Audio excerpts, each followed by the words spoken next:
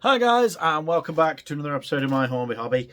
So today, the 10th of October, is World Mental Health Day, and I think mental health is something that doesn't really get talked about enough in the world, really. It gets glossed over from time to time, but there's a lot to it. And mental health is just as important as physical health, and so on and so forth. But I'd like to talk about mental health within the hobby, because it's something that I know. So, I have high functioning autism, Asperger's syndrome. I have extremely short fuses. I have very limited patience. But I have a creative mind. And you apply that to a model railway, you get you get a soap opera. That's what you get. That'll be a good TV show. Anyway, so I get stressed really easily. I get really easily wound up. And, that is not good for your mental health. Stress on your heart, it pulls on the muscles and makes them weaker. And so what I do to try and relax is railways, either my model railway or real railways. It's something to do with trains. If ever I'm just irritated or, I don't want to be in the real world anymore, I can run some trains. I can run what I like. Rule 1 of a model railway, my railway, I run what I want. Obviously, that rule doesn't apply when it's requests. Because I have zero imagination in that regard. I'd rather do an LMS loco with LMS coaches or a GWR loco with GWR coaches. I'd rather do stuff that looks right to me. I don't want to have a GWR loco with LMS coaches. That, in my head, wouldn't seem right.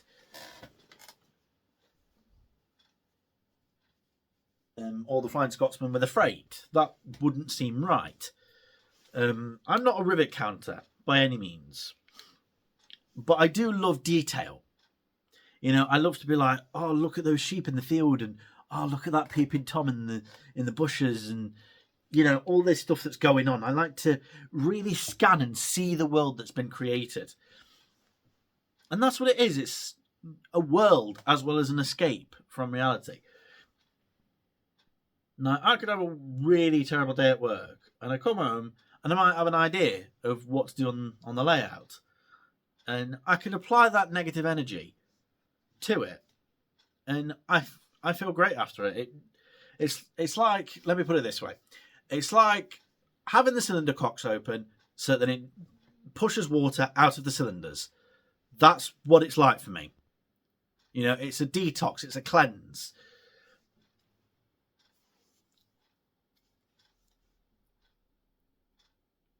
And it's not just that. There's so much to model railways, especially. I mean, since I've started all this, I've been going to loads of different exhibitions and admiring different model railways and seeing how people have built theirs to get inspiration. The more inspiration I've got, the more motivated I am, the more steamed up I am to get it going, get it working, get it right. I just wish I could ballast properly. That's the one thing that does my head in, because I've used about 3 different colours of ballast and it looks terrible. It really does. I've used black, grey, and a lighter grey. So next time I'm just sticking with builder's sand, just sieving that over. It'll be a lot cheaper.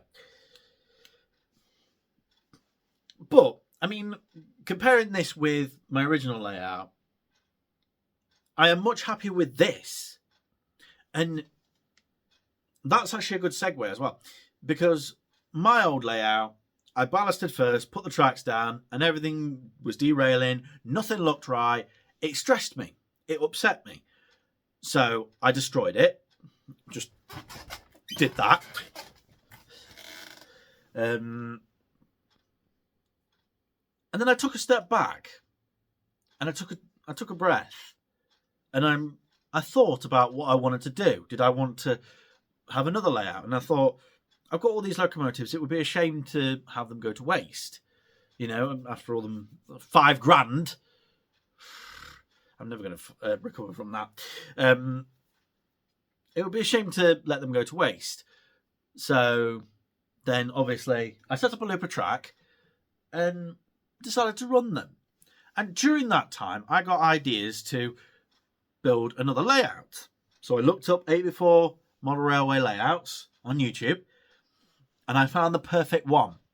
And I started designing, I started detailing, I started looking at the pieces, what radius of curve there were, and I started learning a lot more. And thanks to that, the derailments are few and far between because I've done it properly. It's like a phoenix. From the ashes, something can rise if given the chance.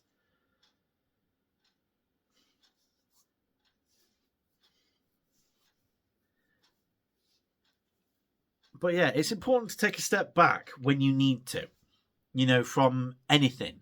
You know, if work is stressing you out, then pick up a hobby, whether it be model railways or gardening or fishing or anything of that nature. If it's something that you enjoy, something you have a passion for, something you would give up your job to do in a heartbeat, then pursue it. But also don't be afraid to take a step back from your hobby. If it starts to become too much work, if it starts to become like work, you know, if it starts to be more work than fun, then, you know, take a step back from that. Take a breath and think. Or even just don't think at all. Just do what I would do. Just sit down and scroll through YouTube, and ideas will come to you.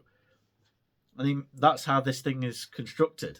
You know, I'll just be like, oh, I know what I could put in that section, or I know what I could put there, or this, and so on and so forth.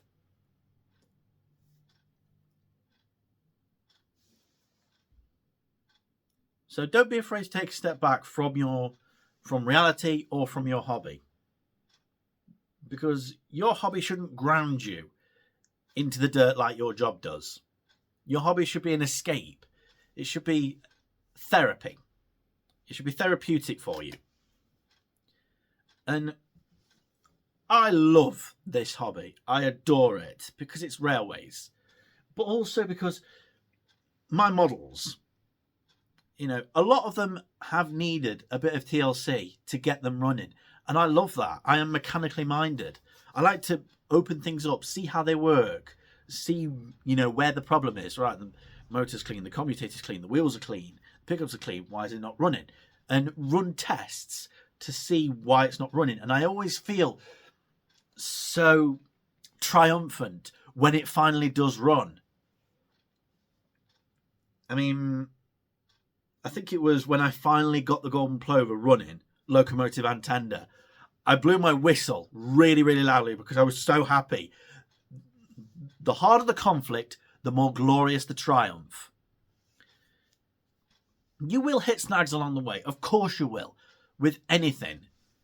There will always be snagging. There will always be a bump in the road. There'll always be something, an obstruction. There'll always be something in your way. But it's how you overcome that allows you to grow as a person. If you're just like, and just give up. And I have picked up quite a lot of skills through this hobby alone. I mean, I've learnt wiring and soldering, something that was very, very complicated to me.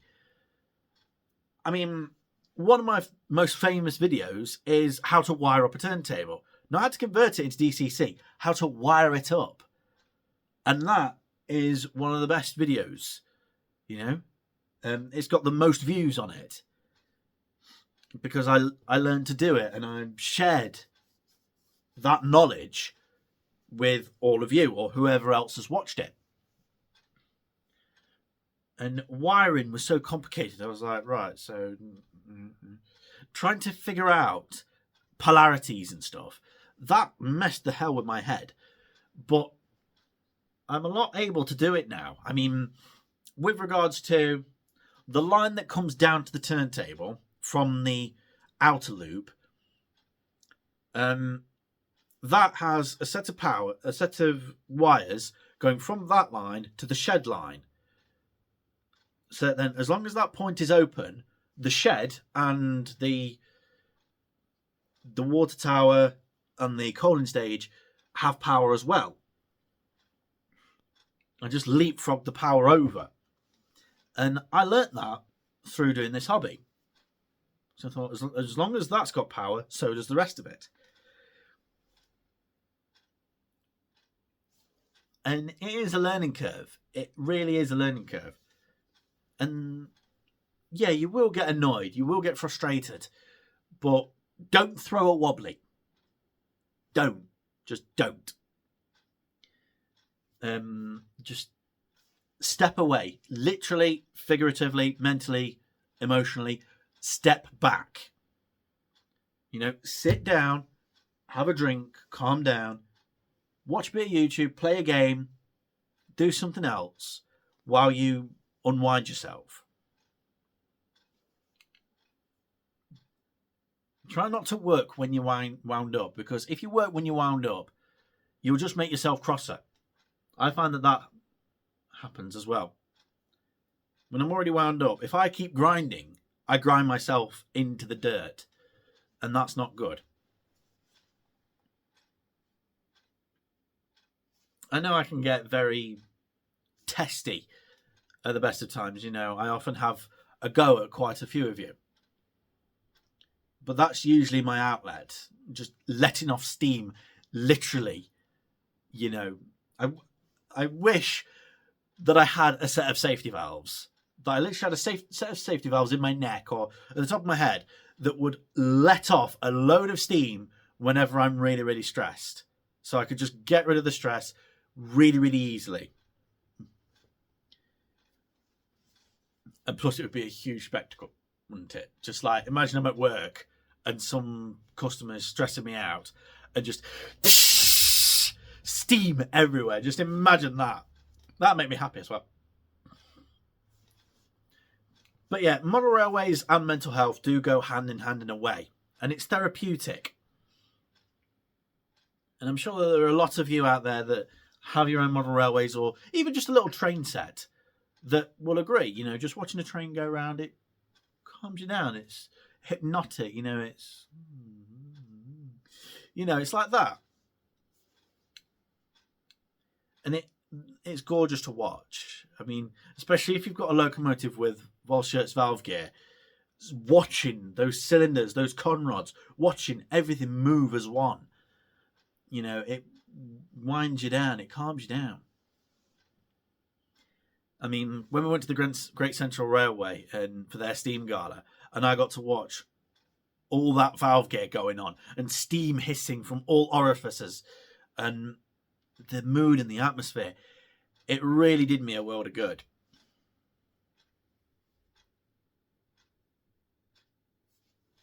So, yeah, if you're worried about your mental health, then pick up a hobby.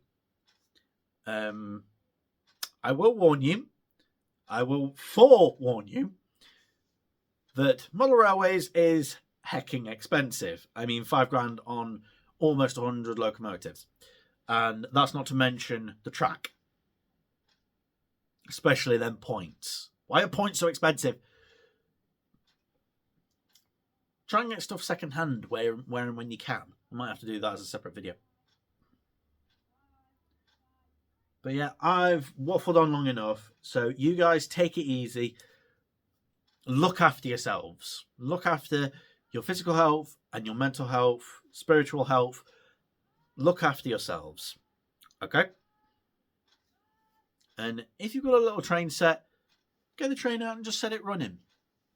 And you'll find that it will calm you down.